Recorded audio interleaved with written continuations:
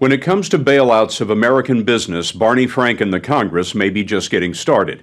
Nearly $2 trillion tax dollars have been shoveled into the hole that Wall Street dug, and people wonder, where's the bottom?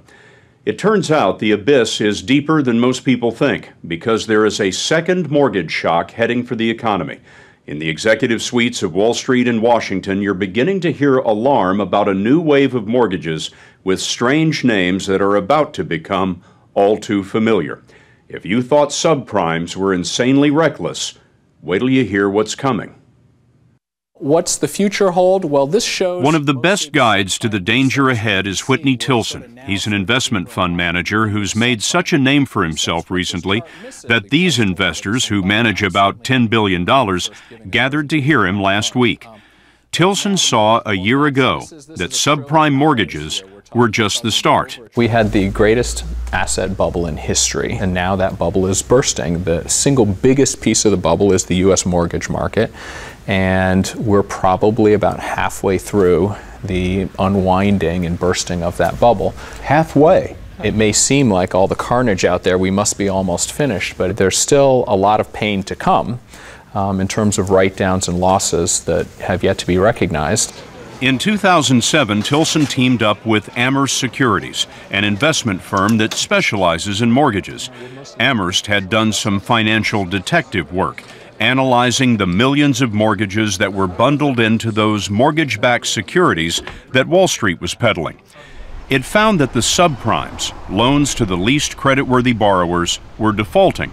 But Amherst also ran the numbers on what were supposed to be higher quality mortgages. And they were frankly terrifying as data we'd never seen before, and that's what made us realize, holy cow, things are going to be much worse than anyone anticipates. The trouble now is that the insanity didn't end with the subprimes. There were two other kinds of exotic mortgages that became popular, called Alt-A's and Option Arms.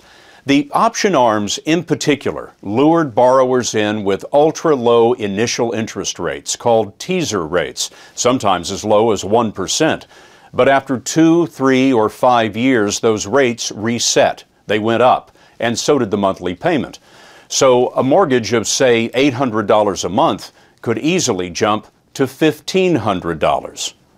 Now the Alt-A and option arm loans made back in the heyday are starting to reset, causing the mortgage payments to go up and homeowners to default. The defaults right now are incredibly high at unprecedented levels, and there's no evidence that the default rate is tapering off. Those defaults almost inevitably are leading to foreclosures and homes being auctioned and home prices continuing to fall.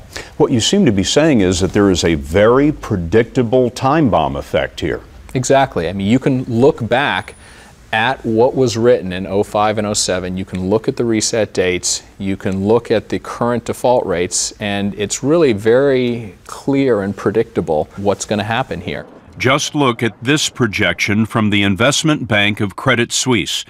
These are the billions of dollars in subprime mortgages that reset last year and this year. Now look at what hasn't hit yet. The Alt-A and option arm resets when homeowners will pay higher interest rates in the next 3 years. We're at the beginning of a second wave. How big is the potential damage from the Alt-A's compared to what we just saw in the subprimes? Well, the subprime was approaching $1 trillion. The Alt-A is about $1 trillion. And then you have option arms on top of that. That's probably another $500 to $600 billion on top of that. How many of these option arms would you imagine are going to fail? Well north of 50%. My gut would be 70% of these option arms will default. How do you know that? We know it based on current default rates, and this is before the reset. So people are defaulting even on the little 3% teaser interest-only rates they're being asked to pay today. That second wave is coming ashore at a place you might call the Repo Riviera, Miami-Dade County. Oscar Munoz used to sell real estate. Now his company clears out foreclosed homes. Business is just going through the roof for us. Fortunately for us, unfortunately for the poor families who are going through this. I wonder, do you ever come to houses where the people are still here? Absolutely. That's really a sad situation. I'd rather not meet the people. Why not? It's not easy to come in and move a family out. It's just our job to do it for the bank. It's just the nature of what's going on in the market right now. What is going on in the market right now? How much work are you getting? Every day we have 20, 30 assignments.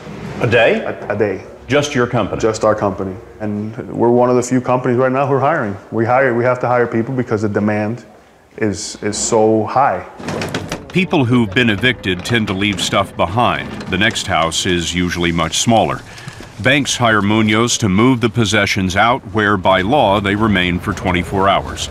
Often the neighbors pick through the remains. Once the homes are empty, the hard part starts, trying to find buyers in a free-fall market. Miami real estate broker Peter Zalewski talks like a man with a lot of real estate to move. We have 110,000 properties for sale in South Florida today, 55,000 foreclosures, 19,000 bank-owned properties, 68% of the available inventory is in some form of distress. They need someone to clean it up. What's the name of your company? It's called Condo Vultures Realty. What does that mean? That in times of distress, in times of downturn, there's opportunity. And vultures are clean up the mess. A lot of people seem to think they kill, but they don't actually kill, they clean. The killing in Miami was done by the developers back when it seemed that the party would never end. They sold hyper-inflated condos at what amounted to real estate orgies, sales parties for invited guests who were armed with option arm and Alt-A loans. There were red ropes outside. They had hired cameramen and they had hired photographers to almost set the scene of a paparazzi. They were hiring fake paparazzi to make the customers feel like they were special. You were selling a lifestyle. What role did these exotic mortgages play, these Alt-A's and the option arms? They were essential. They were necessary. Without the Alt-A or option arm mortgage, this boom never would have occurred. It never would have occurred because without the Alt-A's and the option arms, many buyers never would have qualified for a loan. The banks and the brokers were getting their money up front in fees, so the more they wrote, the more they made. They stopped checking whether the income was even real. They turned to low and no doc loans, so-called liar's loans, and jokingly referred to as ninja loans. No income, no job, no assets, and they were still willing to lend. But help me out here. How does that make sense for the lender? It would seem to be reckless in the extreme. It was, but the key assumption underlying the willingness to do this was that home prices would keep going up forever. And in fact, home prices nationwide had never declined since the Great Depression. On the way up, everyone wanted in. No one expected to feel any pain. People like acupuncturist Rula Giosmas became real estate speculators. How many properties did you buy in this last 5-year period? I believe in the last 5-year period I bought about 6 properties. And what did you buy them for? For investments. She says she put 20% down on each. Now they're all financed with option arm loans. What did you understand about the loans? Well, unfortunately, I didn't ask too many questions. I mean, in the old days, I would shop around, but because of the frenzy, and I was so busy looking to buy other properties, I didn't really focus on shopping around for mortgage brokers. But if you're investing in real estate, you're buying multiple properties, you should be asking a lot of questions. Yeah. Why didn't you ask? I was busy. I was really busy looking at property all the time, all day long. Did you read the paperwork? No, I didn't. Now she's losing money on every property. You know that there are people watching this interview who are saying, you know, she was just foolish. She was greedy and foolish. She was buying small apartment buildings and wasn't paying enough attention to how they were financed. My full-time job is I'm an acupuncturist, so this was just a side thing. You're an acupuncturist, but you got stuck in real estate. Yeah. Giosmas says she was misled and she hopes to renegotiate her loans. But many other buyers have simply walked away from their properties. This Miami luxury building was a sellout, but when we visited, a quarter of the condos were in foreclosure. What did this place go for? This was originally purchased in October of 2006 for $2.4 million. $2.4 million? What's it worth now? The asking price from the lender is $939. So it lost $1.5 million in value in a couple of years? It was a tough 2 years. And there are tough years to come, because just like the subprimes, the Alt-A and option arm mortgages were bundled into Wall Street securities and sold to investors. In a nutshell, 2009 looks like what to you? Miserable. 2010? Miserable, even worse. Sean Egan runs a credit rating firm that analyzes corporate debt. Fortune magazine cited Egan as one of 6 Wall Street pros who predicted the fall of the financial giants. This next wave of defaults, which everyone agrees is inevitably going to happen, how central is that to what happens to the rest of the economy? It's core. It's core because housing is such an important part. We're not going to get the housing industry back on track until we clear out this garbage that's in there. That hasn't cleared out yet. In fact, we haven't seen the bottom. It's getting worse. What do you mean? There are some statistics from the National Association of Realtors, and they track the supply of housing units on the market, and that's grown from 2.2 million units about 3 years ago up to 4.5 million units earlier this year. So you have the massive supply out there of units that need to be sold. Well, with the housing supply increasing that much, what does it mean? It means that this problem, the economic difficulties, are not going to be resolved in a short period of time. It's not going to take 6 months. It's not going to take 12 months. We're looking at probably about 3, 4, or 5 years before this overhang, the supply overhang, is worked through. In the next 4 years, 8 million American families are expected to lose their homes.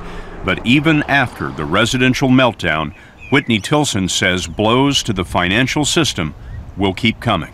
The same craziness that occurred in the mortgage market occurred in the commercial real estate markets, and that's taking a little longer to show, but there are going to be big losses there. Credit cards, auto loans, you name it. So we're maybe halfway through the mortgage bubble, but we may only be in the third inning of the overall bursting of this asset bubble. Does that mean that the stock market is going to continue plunging as we've seen the last several months? Actually, we're the most bullish we've been in 10 years of managing money, and the reason is because the stock market, for the first time, I can say this in years, has finally figured out how bad things are going to be, and the stock market is forward-looking. And with U.S. stocks down nearly 50% from their highs, we're actually finding bargains galore. We think corporate America is on sale. The stock market will still have a lot of figuring to do, with more troubling news on the horizon.